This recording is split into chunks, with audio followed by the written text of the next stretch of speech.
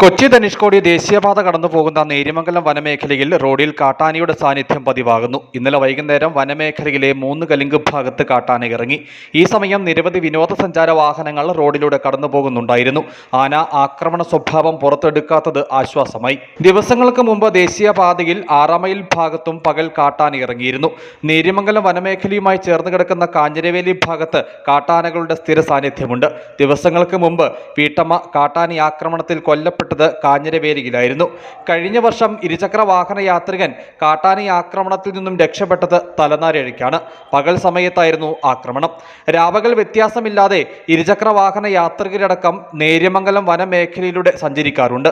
മധ്യവേനലവധി ആരംഭിച്ചതോടെ രാത്രികാലത്ത് ദേശീയപാതയിൽ വിനോദസഞ്ചാര വാഹനങ്ങളുടെ തിരക്കുണ്ട്. കാട്ടാനകളുടെ സാന്നിധ്യം സംബന്ധിച്ച് നിർദ്ദേശം നൽകുവാൻ ദേശീയപാതയിൽ നിരീക്ഷണം വേണമെന്ന ആവശ്യമുയരുന്നു. വേനൽ കനക്കുന്നതോടെ ദേശീയപാതയിൽ കാട്ടാന സാന്നിധ്യം വർദ്ധിക്കുമോ എന്നും ആശങ്കയുണ്ട്. News bureau, Adimali.